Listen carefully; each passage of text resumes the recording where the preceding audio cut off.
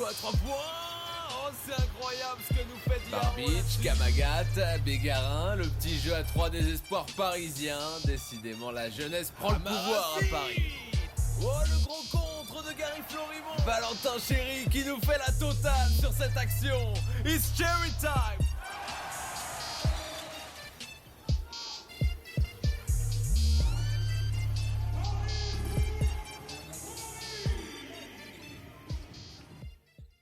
Bonjour à tous et bienvenue dans Paris Basketball On Air, l'émission consacrée au Paris Basketball. Gros programme aujourd'hui qui nous attend avec un gros récapitulatif de la première partie de saison des Parisiens. On reviendra d'abord sur les performances collectives de l'équipe depuis octobre, puis individuelles avec des focus sur certains joueurs que nos chroniqueurs vous ont préparés. Et pour finir, on va se projeter sur l'événement de la saison pour le Paris Basketball, c'est-à-dire la rencontre de dimanche à la Corotel Arena contre Aix-Maurienne. En bref, gros programme, on est ensemble pour 30 minutes, c'est parti pour l'épisode 6 de Paris Basketball On Air.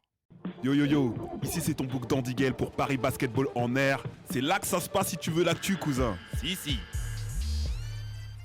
Mais avant de démarrer, je vais présenter l'équipe qui m'accompagne aujourd'hui. Deux petits nouveaux dans l'émission. Samuel à ma gauche. Bonjour Samuel. Salut Flav. Ça fait du bien de commencer, de reprendre. Ça me tardait de commencer. C'est vrai que moi je suis dans le projet depuis le début de la saison, mais principalement les jours de match sur les commentaires, et ça me fait très plaisir d'être là pour le premier podcast. Et c'est parfait.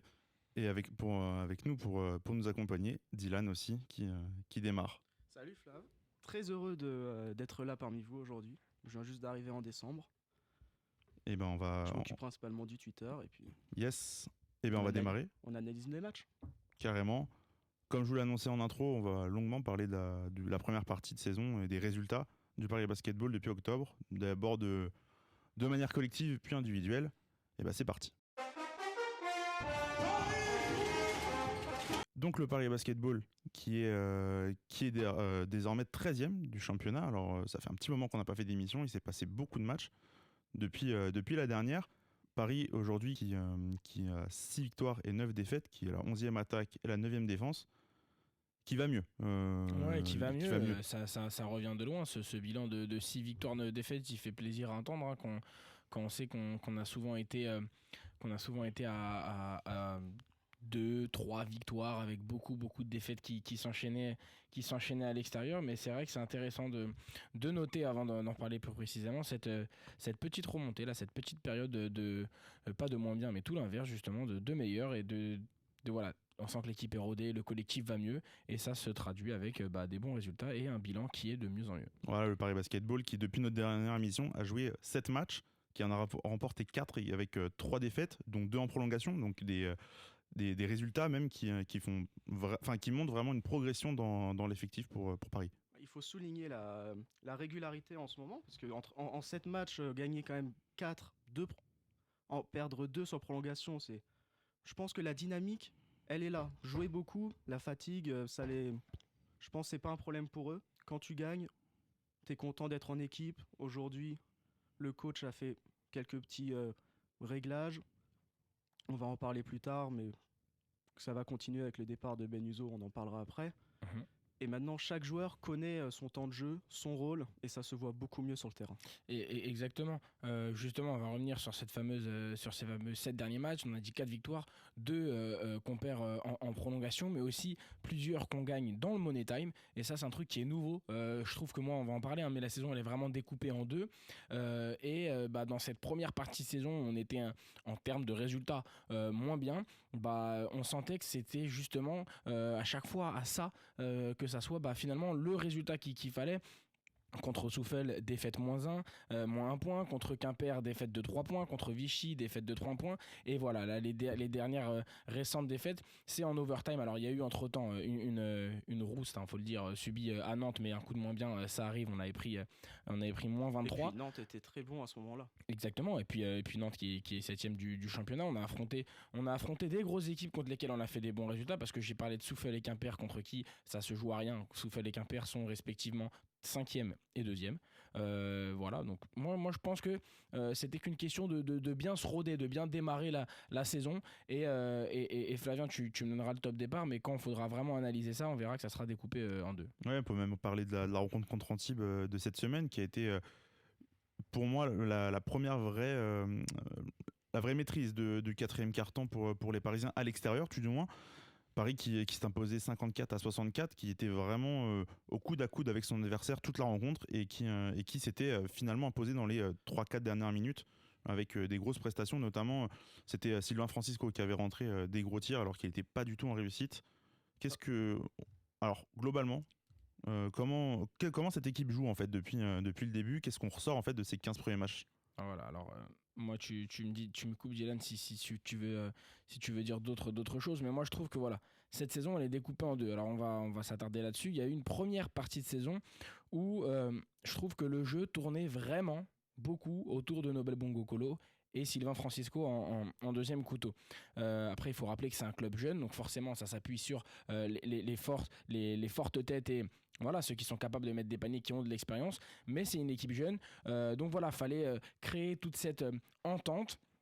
Et il fallait aussi savoir rester concentré sur un match entier parce qu'on a vu beaucoup de belles choses. Et pourquoi aussi des fois ça se joue à rien, c'est parce que le Paris Basketball avait du mal à tenir des matchs qui semblaient être à leur portée. Alors on semblait que l'équipe elle était en rodage, c'était serré à domicile constamment, il n'y a jamais eu de blowout en notre défaveur à domicile.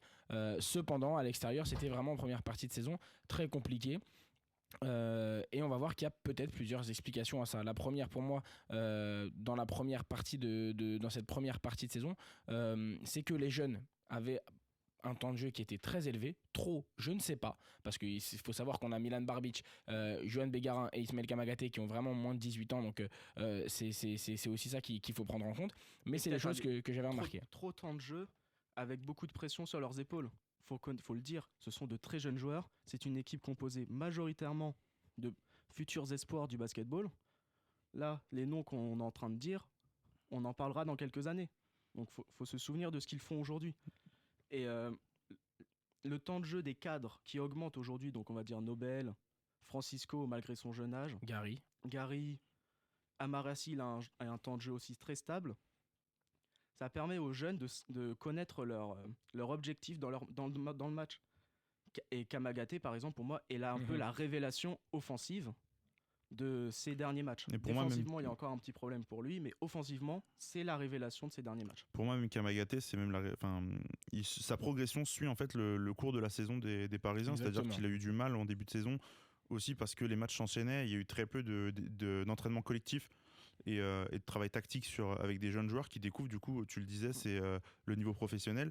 Et petit à petit, quand Paris a eu du temps, entre guillemets, pour s'entraîner, pour poser des bases tactiques, les jeunes ont pris tout de suite un rôle beaucoup plus important et ont été beaucoup plus décisifs. Et puis pour des jeunes, il faut des éléments marquants. Il faut rappeler que c'est même pas leur début de carrière, c'est leur tout début de carrière. Et pour qu'un jeune puisse lancer justement cette carrière, il faut qu'il emmagasine de la confiance. Et comment emmagasiner de la confiance? C'est avec 2-3 actions qui vont donner de la confiance. Et Ismaël Kamagaté, à partir du moment où il avait mis son gros bloc, où il avait mis son gros nunk, là il savait que, entre guillemets, plus rien n'allait l'arrêter dans son ascension et que ça allait dépendre de ses minutes, etc. Et ça, c'est quelque chose qui était très intéressant d'observer. Et puis quand un joueur est bon dans l'équipe, le reste suit derrière. Francisco, c'est la folie qui l'emporte. Nobel Bongo Colo, il est on fire à 3 points.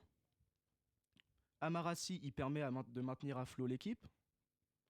C'est clair que un Sylvain Francisco, alors tu l'as bien dit, quand il est on fire, toute l'équipe est on fire, et c'est aussi intéressant de remarquer que quand il n'est pas dedans, c'est compliqué pour le reste de suivre. Et on en revient à ce qu'on disait sur cette première partie de saison où tout était autour de Nobel et Sylvain. Alors j'avais parlé d'éléments qui expliquent un petit peu tout ça. Donc il y a le fait que c'est un club jeune, que c'est un nouveau groupe, qu'il faut ajuster tout ça. Faut que le groupe se connaisse, apprenne à jouer ensemble. Il y avait eu les blessures de Dustin Sleva qui n'étaient pas censés arriver entre guillemets, qui ont permis justement cette ascension d'Ismaël Kamagaté. Il y a eu l'absence d'Evans Ganapamo sur quelques matchs. Et à partir de quel moment, selon moi, la saison du Paris Basketball a pris un autre tournant. Il y a eu cette arrivée de Ben Uzo. Alors Ben Uzo, son impact, il est un petit peu contrasté. Le club s'en est séparé aujourd'hui, hein, il faut le rappeler.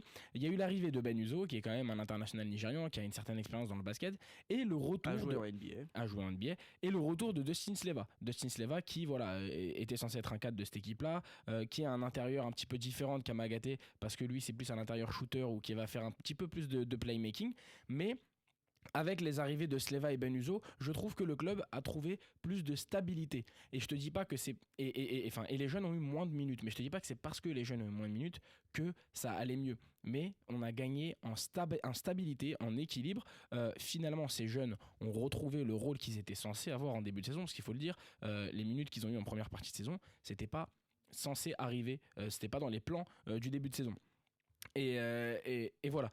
Alors après, il faut le dire, chacun a son avis, mais je pense aussi que l'épisode entre Amara et Nobel, mine de rien, qui correspond un petit peu avec tout ce qui s'est passé, qui correspond au même moment, il me semble, du retour de Dustin Sleva, plus ou moins. De C'était un l'arrivée. petit peu avant, mais un petit peu avant. Des défaites, Voilà. Je pense que ça a permis de resserrer le groupe. Exactement. Et on le voit aujourd'hui, même les défaites en prolongation contre Antibes, contre Saint-Chamond, contre Nancy, ils se battent pour le match. Il y a le mental derrière, ils se battent. Même quand ils perdent de 20 points dans le match, ils reviennent. Saint-Chamond, le troisième carton, il est terrible. Ouais. Et justement, tu parles Et du ils match de Nancy où Paris était complètement à la ramasse du début jusqu'à la fin, ou presque, parce que Paris était revenu, ils étaient à moins 15 à 3 minutes de la fin et avaient réussi à arracher cette prolongation.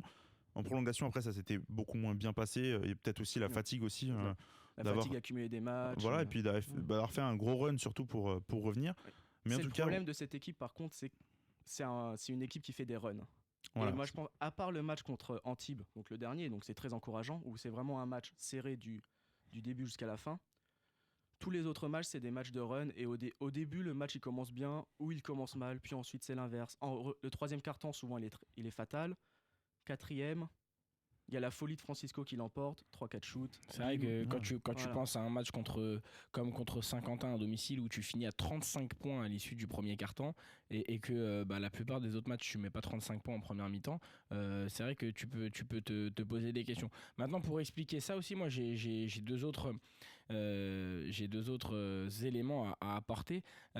C'est l'avènement de deux joueurs dont un, l'avènement, je le dis, dont de deux joueurs dont un sur lequel je vais faire un focus plus particulier. Le joueur sur lequel je vais me focus après, c'est Gauthier Denis, qui pour moi a un rôle très important. Ouais. Et je trouve que la progression, on parlait des jeunes, lui aussi est jeune un petit peu moins, mais la progression de Valentin Chéry est très intéressante au poste 4 depuis le début de saison. Et ça permet d'expliquer peut-être cela. Je trouve que Valentin Chéry, en termes de confiance, en termes de défense, en termes de rebond offensif, il est très présent, il met des shoots. Je trouve qu'il a encore des problèmes de finition sous le panier en termes de lay-up. Je trouve d'accord aussi. Des fois, il va te faire un match à 3 sur 3 à 3 points, mais à 0 sur 3 sous le panier. Et tu comprends pas pourquoi, parce que des fois, des paniers loupés bêtement. Voilà. Mais c'est des choses que je trouve qu'on voyait pas trop en début de saison. Il n'avait pas un rôle aussi important, il n'avait pas beaucoup de ballons pour shooter, et je trouve que c'est intéressant. Et puis avec Valentin Chéry, c'est surtout la manière dont l'impact, l'intensité qu'il met dans son match qui aide ses coéquipiers carrément même. Et la combinaison avec la dureté de Florimond, qui prend tous les rebonds et qui au post-up, et moi je le trouve plutôt pas mal, même s'il manque encore beaucoup de finition, ça crée une bonne complémentarité entre les deux. Alors tout à l'heure, Sam, tu disais que tu avais fait un focus sur Gauthier Denis. Je vais te laisser te partir sur les individualités. Donc, mais Dylan et Samuel ont justement écrit sur plusieurs joueurs. Je vous laisse avec le micro. Vas-y. Ok, donc du coup, moi, voilà, j'ai choisi Gauthier Denis. Je vais avoir des mots qui peuvent paraître forts, mais pour moi, c'est la révélation de cette année du côté du Paris Basketball, parce qu'il est pour moi le joueur le plus régulier. Je trouve qu'il donne le tempo quand il est sur le terrain. Il est capable plus ou moins de tout à n'importe quel moment. Quand on est au fond du trou, c'est un joueur qui est capable de te mettre ce shoot qui paraît facile, mais qui va faire du bien. Je trouve aussi que c'est un modèle de mental et de rigueur défensive. Coach Pratt louait très souvent en conférence de presse l'importance de la défense pour ensuite être bon devant. Et lui, c'est quelque chose qu'il a vraiment bien intégré cette année. Je trouve que c'est un de nos meilleurs défenseurs.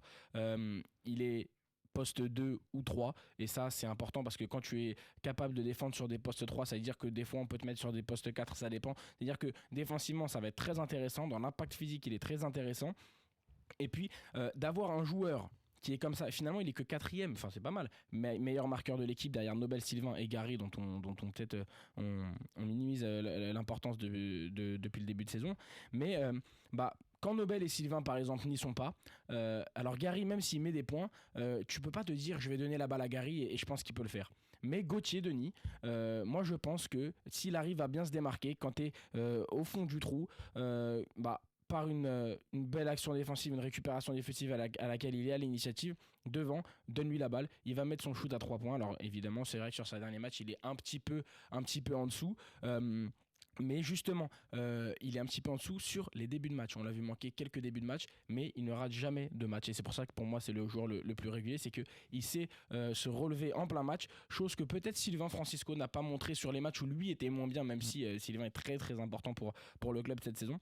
Voilà, on va parler tout simplement de ses stats pour parler de la progression de Gauthier Denis. Il est passé cette saison de 7 points de moyenne à 11, de 2,4 rebonds à 3,1, d'1,2 passes à 2,2 passes, donc une passe de plus. Il joue 6 minutes.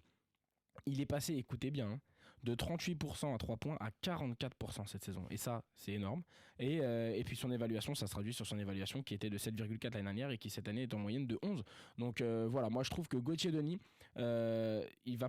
Alors j'ai observé, et on en parlait un petit peu en off tout à l'heure Flavien, que sur ces derniers matchs, il avait peut-être un petit peu moins de ballons. J'espère que c'est passager, voilà le mot ce que je cherchais, c'est passager, que ça n'arrivera pas, parce que si le Paris Basketball veut s'inscrire dans la stabilité et aller chercher des bons résultats et continuer d'améliorer son bilan, ça passera par continuer de maintenir Gauthier Denis dans son fauteuil, dans le fauteuil dans lequel il est depuis le début de saison, c'est-à-dire d'un des éléments les plus importants de l'équipe. Ouais, t'en parlais, Gauthier Denis, qui l'année dernière, ou même depuis le début de sa carrière, jouait poste 3, et qui cette saison a été replacé poste 2 par coach Pratt. Et pour l'instant, c'est un pari gagnant, hein, clairement. Ah oui, évidemment.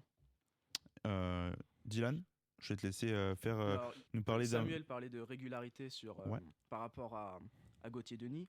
Moi, je vais peut-être parler moins régulier autour de Sylvain Francisco, mais avec toujours une folie qui permet de gagner des matchs. Alors, Francisco, c'est notre meneur, notre poste 1. 22 ans. Il a la culture US qui est propre au club. On sait que le club veut imposer cette culture en France par rapport aux autres salles franciliennes qu'on connaît, le Valois et Nanterre. Il y a une vraie différence. Il a fait le lycée aux États-Unis. Il sait comment ça se passe. Et ça se voit sur les matchs. Il prend ses libertés. Il prend la liberté de shooter. Il prend la liberté de crosser. Ce qu'il veut, c'est donner un coup de boost à l'équipe. Et Jamar Diggs s'en rappelle. On se rappelle de ce cross où il l'a fait tomber. Ce cross a fait peut-être le tour de la Pro B, justement. Et avait lancé aussi le Paris Basketball vers une belle victoire en fin de match. Ah oui, évidemment. En fait, quand il y a victoire, il y a un bon Francisco. Pour moi, c'est le facteur X de cette équipe. En plus, il a augmenté ses stats par rapport à l'année dernière. L'année dernière, il était à 9,7 points. Cette année, il est à 12,8. C'est énorme. 3 points, c'est quand même énorme pour un jeune joueur, sachant que c'est pas le scoreur numéro 1. Et qui fait beaucoup de choses à côté. Il fait beaucoup de passes. Il est quand même à 4,8 passes. Et je pense que la moyenne est quand même tronquée. Je pense qu'il doit être à 6 passes sur les 5-6 derniers matchs, vu son niveau actuel. Il a mis 24 points contre Rouen. Meilleur match pour moi de sa saison. Là, dernier match, 7 points contre Antibes, mais 3 points très importants dans le Money Time.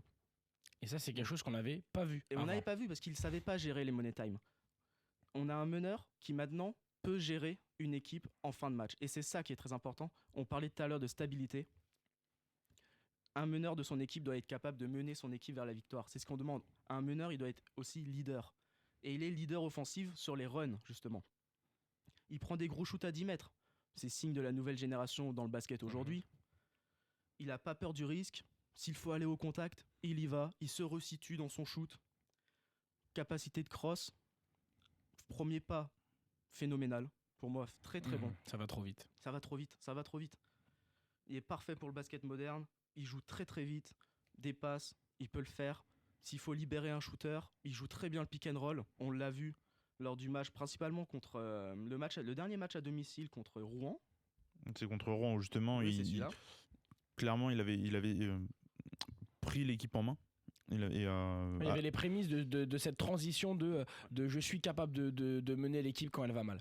Il prend un peu le pouvoir dans cette équipe. Ah, mais justement, sur ce match-là, c'était encore plus clair. Tu parlais tout à l'heure du crossover sur Jamar Diggs.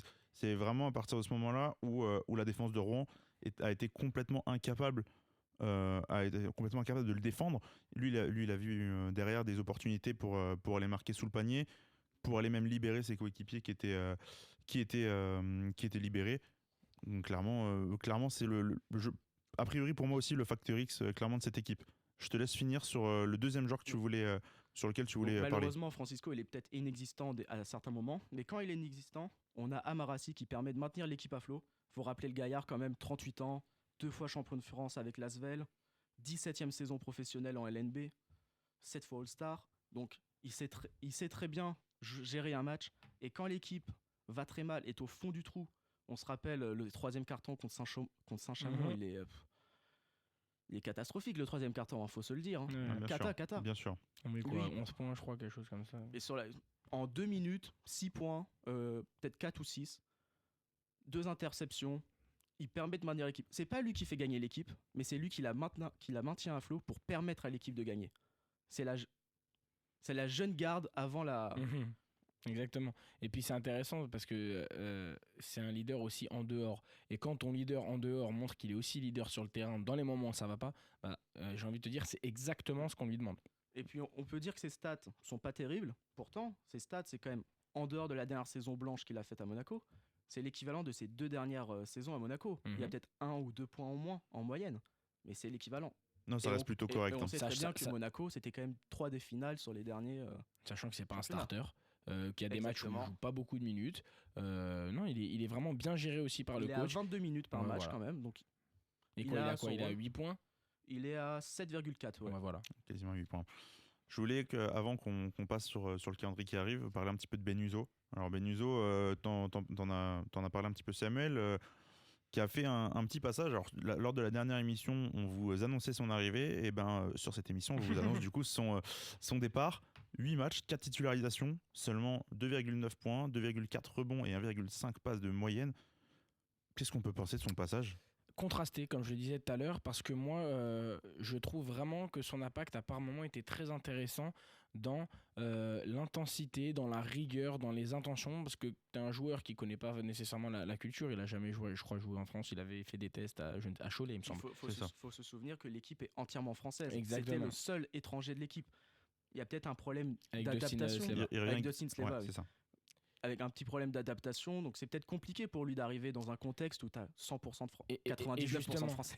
et justement, alors au scoring, c'est vrai que ça allait pas du tout. Il a jamais trouvé son shoot depuis qu'il est arrivé. Alors après, il faudrait voir les réelles raisons, de son départ. On ne les a pas. Est-ce que c'est lui qui se sentait pas bien ? Est-ce que c'est vraiment comme ce qui a été dit dans le communiqué, quelque chose de mutuel, qui se sont juste rendus compte que ça allait pas ? C'est Parce que peut-être parce que que moi, ses je trouve- objectifs du club n'allaient pas Peut-être qu'il a avec ses objectifs une meilleure perso. opportunité ailleurs. Peut-être, parce que voilà. moi je trouvais que pour le club, malgré son scoring et son pourcentage, ça devenait intéressant. Ça permettait de reposer un petit peu Sylvain Francisco sans donner trop de responsabilités à Milan Barbic. En défense, je trouvais qu'il avait les bonnes mains. Il a fait des beaux contres. Il monte haut. Je sais pas, moi je trouvais que c'était intéressant, mais il y avait vraiment ce bémol. Offensivement, beaucoup de pertes de balles, des pertes de balles bêtes, des shoots qui sont un petit peu. Dès qu'on se demande la sélection de shoot, on peut se permettre de la critiquer. Des shoots qui tout simplement ne rentrent pas. Et au bout d'un moment, quand tu prends des shoots, faut que ça rentre. Donc Le voilà. basket, c'est un Mais jeu bon. d'adresse. Voilà ce qu'on peut retenir selon moi de Benuzo. Un peu d'irrégularité aussi, mais Maintenant, Mais est-ce que voilà. le club veut le remplacer? je pense que le club va être obligé de le remplacer.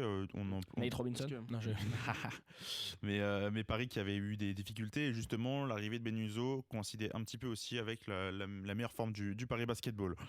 En tout cas, le Paris Basketball, on le disait, sur 4 victoires sur les 7 derniers matchs, va enchaîner un bon paquet de matchs à domicile sur les prochains, dont un superbe à la Accor Hotel Arena, et on en parle tout de suite.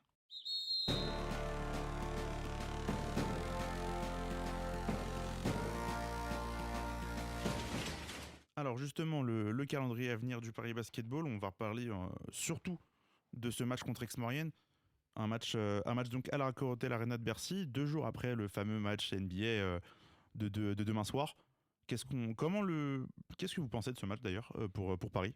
Une super Rien que opportunité de se montrer. De Carrément. montrer que le basket existe à Paris. Que là, tout le monde du basket va être focalisé sur la NBA. Et c'est normal. La NBA en France, c'est incroyable. Mais il faut se souvenir qu'il y a quand même un projet au club. Le Paris-Levallois, c'était l'ancien projet.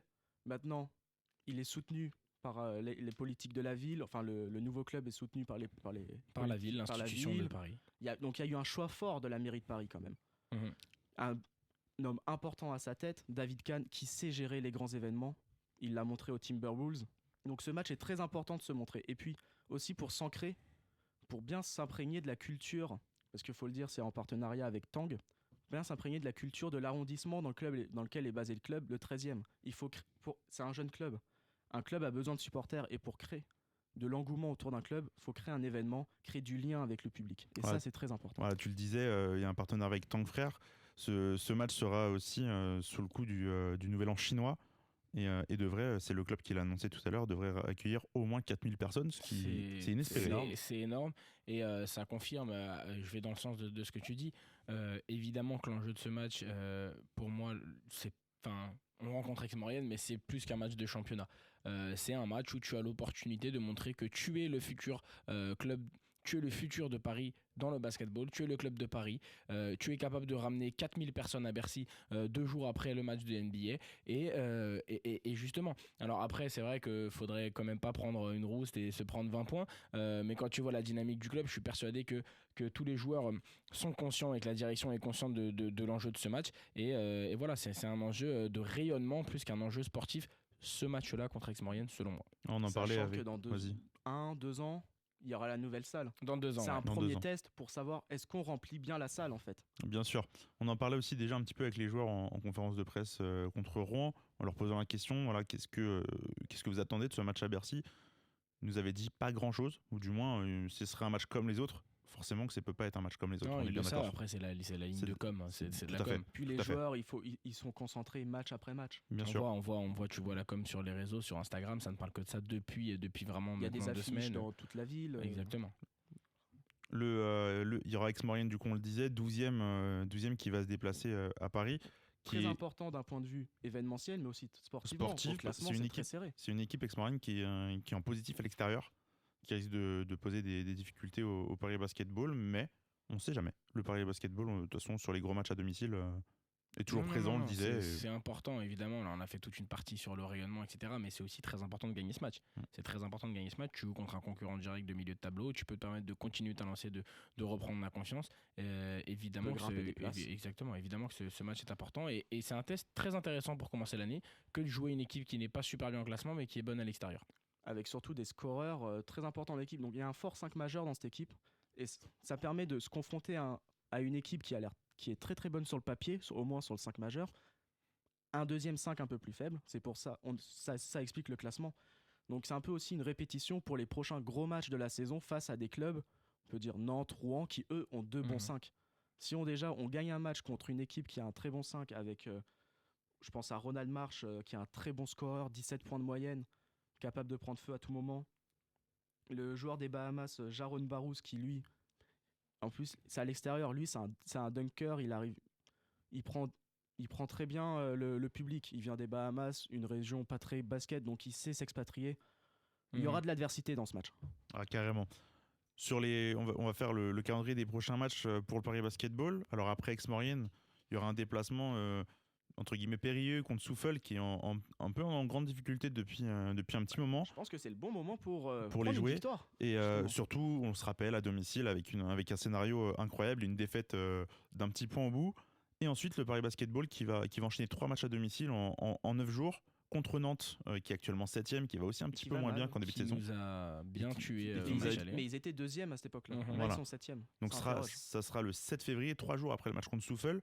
Le 13 février contre Antibes, donc une revanche déjà bien vite contre les Sharks. Ils ont recruté eux aussi. Qui ont recruté et qui sont actuellement 11e, qui reviennent aussi bien dans leur saison comme Paris. Et enfin, le match contre Lille, qui est actuellement 10e, ce sera le 16 février, un dimanche après-midi. Tout ça à la Halle Carpentier. C'est un très beau programme. Et Lille aussi a mal terminé l'année. Donc, un petit moyen de prendre un les petit Parisiens peuvent classement. espérer de bien se rattraper. En tout cas, on va s'arrêter ici pour ce podcast. On peut se retrouver évidemment sur les réseaux, sur Twitter, Paris B-du8 on air ou sur Facebook, Paris Basketball on air. On sera aux commentaires des matchs, alors malheureusement pas à la Corotel Arena, mais pour les prochains matchs à domicile sans problème. On vous attend nombreux de toute manière sur les prochains matchs. Les gars, on termine ici. Et à la prochaine fois. Salut. Merci Flav. Ciao.